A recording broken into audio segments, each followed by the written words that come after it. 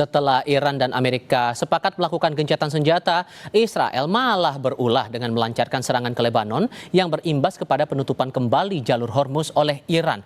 Penutupan ini sebagai respons Iran atas pelanggaran kesepakatan. Akses terhadap Selat Hormuz justru berubah menjadi alat tawar utama dalam negosiasi. Pertanyaannya, apakah jalur energi ini jadi kunci utama atau justru senjata tekanan baru dalam konflik yang lebih luas? Kami akan diskusikan ini bersama dengan para narasumber.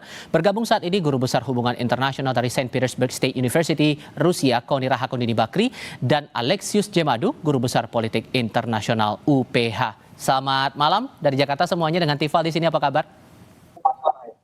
Selamat malam Pak Tifal. Terima kasih semua sudah bergabung dalam diskusi kami kali ini. Saya mau mulai dengan Pak Alex dulu. Sebetulnya Pak Alex, dalam hukum internasional, apa yang dilakukan Iran untuk mengendalikan Selat Hormuz ini sah? Atau ada hal yang mungkin Anda cermati di sini dengan buka tutupnya semua di tangan kendalinya Iran?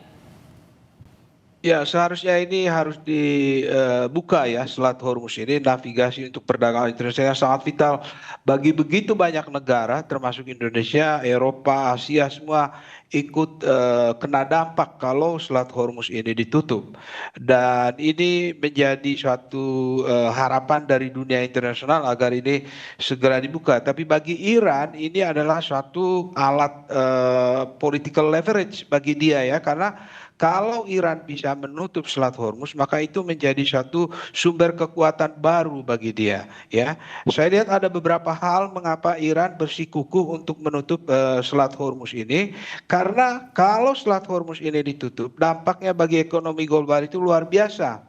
Dan Amerika, khususnya Presiden Trump itu sangat tidak sabar kalau ada tekanan dari pasar, tekanan dari dalam negeri, karena harga energi yang melonjak dan semua itu mempengaruhi ekonomi global secara keseluruhan gitu ya.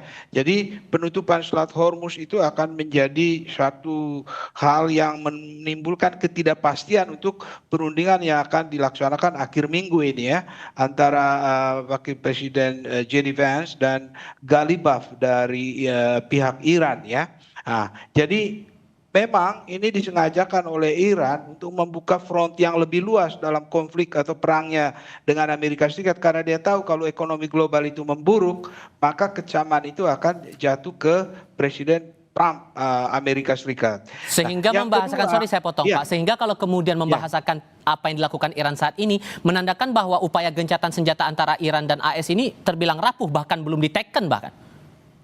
Oh iya, sangat rapuh ya, menciptakan ketidakpastian baru ya.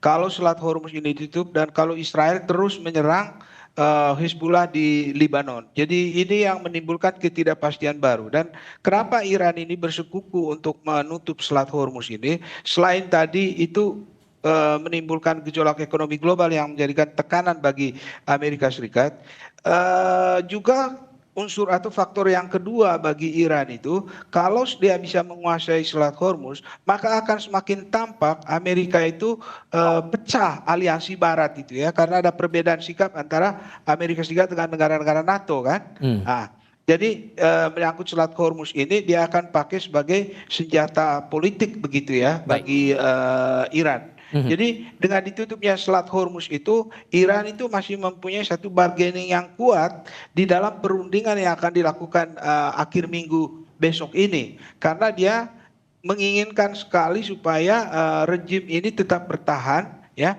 dan tetap diakui eksistensinya, dan itu yang dia akan tuntut di dalam perundingan besok ini. Oke, Bu Koni, kalau Anda melihatnya apakah Iran ini benar-benar punya kemampuan mengendalikan penuh lalu lintas di Hormuz dalam jangka panjang, Bu? Ini sebelum kita bicara soal jangka panjang atau jangka pendek, ya kan, Iran itu sedang mengubah Hormuz menjadi instrumen deterrence ekonomi yang sangat futuristik. Jadi cara perangnya itu sudah sangat beda. Karena perang masa depan itu bukan lagi tentang wilayah. Dia itu bicara tentang node-node strategi seperti selat, seperti data, seperti energi, seperti rantai pasok. Dari yang saya sebutkan saja tadi, itu semua dikuasai ada di Hormuz. Jadi kalau ditanya Iran bisa mampu apa tidak, dia sudah pasti mampu. Karena gini, Iran tuh punya kepentingan besar untuk kompromi dengan Amerika ataupun Israel. Pertama, dia tentang survival regime dia. Kedua, dia deterrence untuk nuklir laten maupun misil. Ketiga, dia pengaruh regional dia ya, termasuk Lebanon, buat dia tuh menjadi isu core gitu tentang Lebanon. Yang keempat, kontrol strategis Hormuz sebagai leverage. Nah, sorry Bu, saya jeda dulu Bu. Mungkin boleh dibuka dulu kamera Anda Bu, biar kita bisa melihat visual Bu Kony dengan jelas di sini. Boleh dibuka dulu Bu. Sebenarnya, silakan sebenarnya sih udah dibuka loh. Sebentar, saya udah buka sebenarnya. Sebentar ya. Oke, maaf ya. Nah, Ini kayaknya suka hilang-hilang nih karena ya silakan Bu. Boleh Bu, silakan Bu, dilanjutkan Bu. Jadi kalau jadi sekarang kalau kita lihat bagaimana kemampuannya Iran itu sangat kuat ya. Dia mengandalkan dia punya arts of defense, 7 pulau strategis, Abu Musa, Hengam, Little Trump ya namanya, atau Larak, Hormuz. Dan itu adalah 1.200 mil dari garis pantai untuk persenjataan asimetris Iran, meliputi 5.000 6.000 lanjau laut, kemudian juga rudal anti kapal selam, rudal anti kapal pantai, kemudian drone murah. By the way, saya mesti matiin kamera karena baterainya mau habis. Kalau memang mau bicara daripada baterainya. Oke, boleh dilanjutkan lagi Bu. Silakan Bu. Yang ketiga adalah sekarang bukti kontrolnya tuh Iran bisa complete control ya, karena kemudian dengan mayoritas dia sekarang mengizinkan hanya 3 sampai 5 kapal, kemudian sekarang menjadi sekitar 92 kapal per 2 hari lalu. Itu sudah menunjukkan bahwa ternyata dunia tuh menurut pada Iran terkait Hormuz. Jadi ini sangat menarik sebenarnya kalau kita bisa lihat apakah Hormuz dijadikan alat kontrol penuh oleh Iran. Yes, dia bisa. Walaupun Amerika mencoba memulihkan lalu lintas dalam hitungan minggu ya, bulan, tapi itu tidak sustainable sebenarnya kalau dia bertahan dengan itu, karena dia butuh 7 sampai 8 destroyer. Kemudian Iran juga itu bisa terus disrupt dengan drone dia yang semakin canggih. Misalnya 2 hari lalu ya, Iran tuh punya kemampuan yang sangat keren gitu untuk bisa tetap mengontrol Hormuz. Saya off dari kamera daripada ininya mati ya. Makasih. Paling yang mau juga saya tanyakan begini Bu, singkatnya, apakah langkah dari Iran menutup Selat Hormuz ini kembali sebagai bagian dari jebakan untuk menaikkan posisi tawar dia di perang ini di hadapan Amerika Serikat, Bu? Jadi kalau ditanya soal ini apakah jebakan atau tidak, menurut saya Iran itu membuka opsi kontrol terbatas atas jalur ini. Dia punya taktik jebakan yang sangat tegas, dibungkus sebagai kompromi sementara. Pertama, Iran nggak tutup total. Kedua, Menteri Luar Negeri Abbas Araghchi umumkan pengecualian untuk kapal Cina, Rusia, India, Pakistan, Malaysia, dan Thailand. Dan bagaimana juga untuk pengiriman kemanusiaan dan fertilizer. Jadi untuk fertilizer sebenarnya dunia nggak usah terlalu khawatir. Dan itu semua kapal yang diizinkan lewat itu harus koordinasi kontrol oleh IRGC. Artinya lewat rute utara dekat pantai Larak ya. Jadi kita kayak seperti bayar tol. Buat saya itu sudah menunjukkan bahwa ini adalah safe passage coordinate with Iran Armed Forces yang sudah didengar, dan buktinya Amerika saja tidak bisa melawan. Ya, taktik jebakan Iran di sini ya adalah kompromi taktis untuk hindari eskalasi total. Tapi ini menjadikan Hormuz menjadi jebakan strategis dan juga alat utama tawar dalam perundingan jangka panjang. Oke, kalau kemudian ujung-ujungnya adalah perundingan, maka semulus apa kemudian perundingan yang rencananya bakal dilakukan ini, yang poin besarnya adalah memastikan Selat Hormuz tetap lalu lintasnya berjalan lancar, atau jangan-jangan akan rumit nih proses perundingannya nanti? Kita akan bahas itu di segmen berikutnya, usai jeda berikut ini. Melanjutkan diskusi dengan para narasumber, Pak Alex, kalau Anda sempat menyinggung di segmen sebelumnya soal posisi dari meja perundingan ini penting kalau begitu. Cuman dengan posisi dua negara ini, AS dan Iran punya pendiriannya masing-masing dengan pandangan yang ya ini sudah jelas bertolak belakang kedua belah pihak ini. Maka akan semulus apa kemudian perundingannya, terutama yang akan berlangsung di Islamabad, Pakistan ini, terutama dalam konteks Selat Hormuz yang ngaruhnya ke efek ekonomi global, Pak? Ya. Mulus tidaknya satu perundingan internasional itu sangat bergantung kepada tingkat kepercayaan ya oleh pihak-pihak yang bertikai. Dalam konteks ini saya lihat tingkat kepercayaan itu sangat rendah karena gencatan senjata itu belum berapa lama itu sudah langsung dilanggar baik oleh Israel maupun oleh Iran. Nah, yang kedua, saya menduga bahwa Amerika Serikat akan menuntut dengan sangat tegas supaya Selat Hormuz itu harus dibuka ya.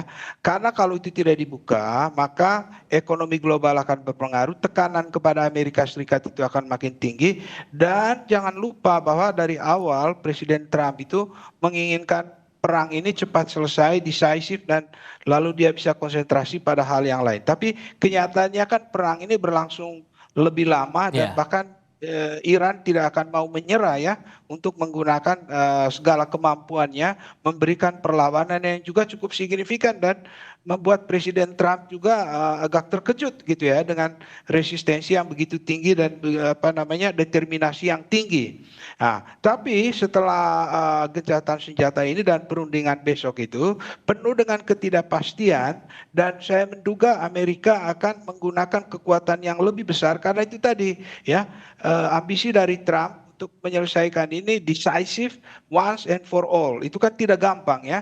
Artinya dia akan menggunakan kekuatan militer yang lebih besar. Nah, kita berharap itu tidak terjadi dengan perundingan besok ini dicarikan titik temu, tapi saya duga bahwa Selat Hormuz itu akan dituntut oleh Amerika Serikat untuk dibuka secepatnya karena kalau itu tetap ditutup saya pikir wibawa Amerika juga akan jatuh dan dia merasa betul-betul di mata dunia internasional itu dia kelihatan kalah begitu.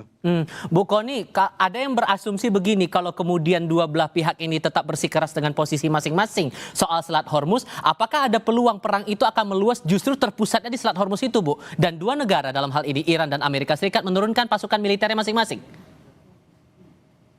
Kalau itu sih udah akan pasti, tetapi kita mesti hargai juga bagaimana sekarang konteks kehadiran Muhammad Bagher Khalibaf dan JD Vance, ya kan? Jadi gini, ketika figur seperti Vance masuk, itu artinya Washington ini ingin memastikan bahwa hasil perundingan ini nggak cuma diplomatically possible, tapi bagaimana politically sellable untuk pusat-pusat kekuasaan di Amerika. Kita tahu lah tuntutan untuk Trump sebesar apa di sana.